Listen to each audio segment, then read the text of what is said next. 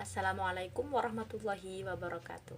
Kami di sini akan menerangkan atau mempresentasikan makalah yang berjudul G30 SPKI dan NU. Sebelumnya, saya sebagai moderator akan memperkenalkan diri dan memperkenalkan kelompok saya.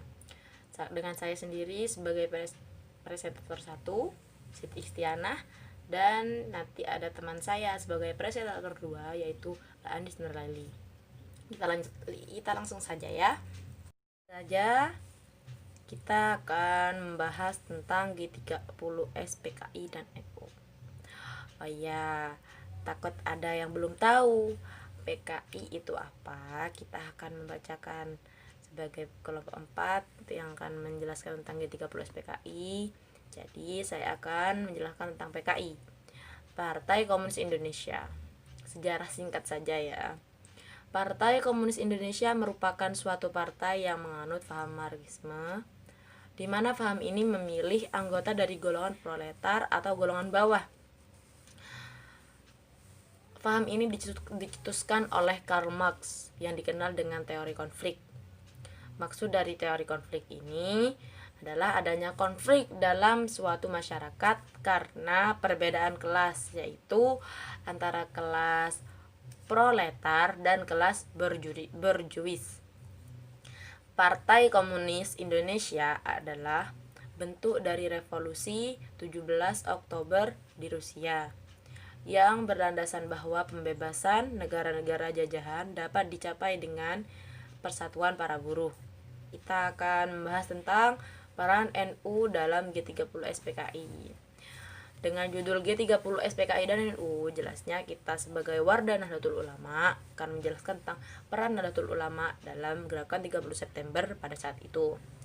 Keterlibatan Nahdlatul Ulama pada pusaran politik pasca kemerdekaan mendapat tantangan yang tidak semakin mudah karena menghadapi penjajahan dalam bentuk lain. Penjajahan tersebut muncul dalam bentuk pemberontakan atau bugot terhadap pemerintahan yang sah, baik dari kelompok Islam konservatif maupun dari komunisme yang mewujudkan dalam Partai Komunis Indonesia.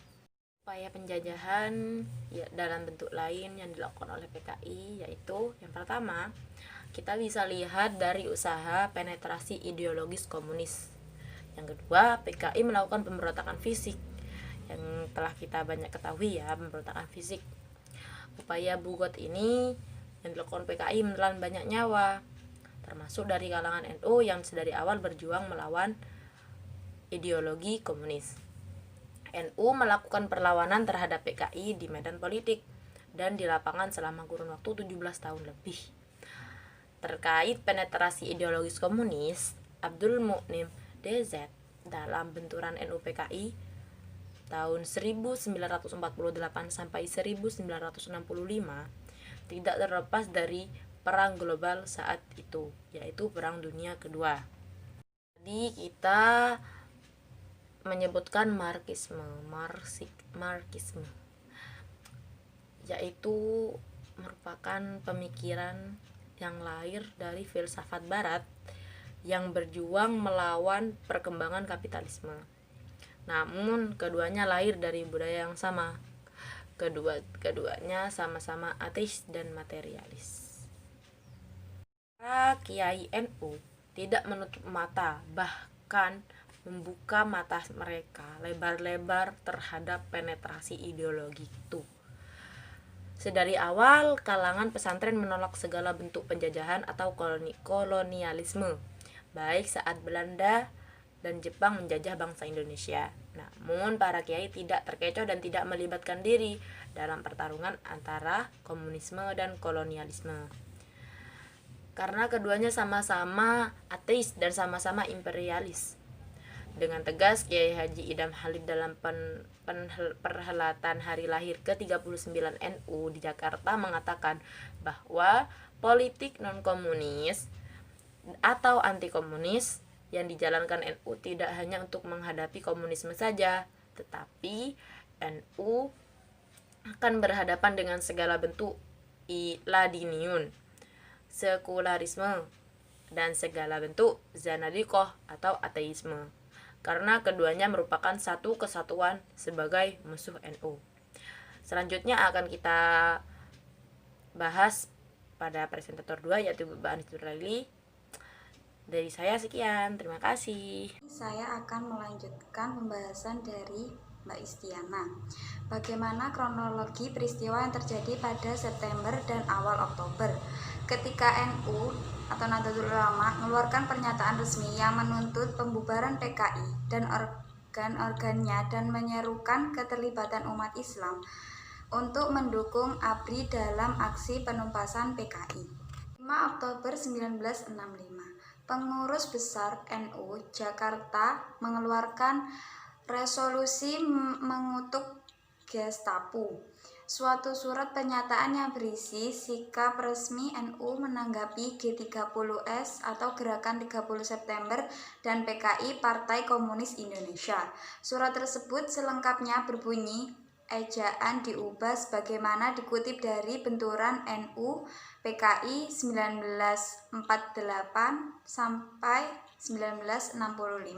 Selanjutnya disebut buku putih NU PKI.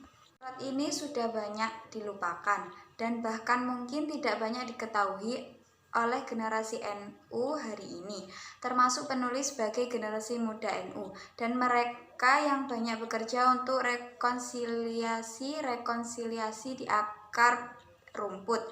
Beruntung bahwa buku putih NU PKI kembali membukanya.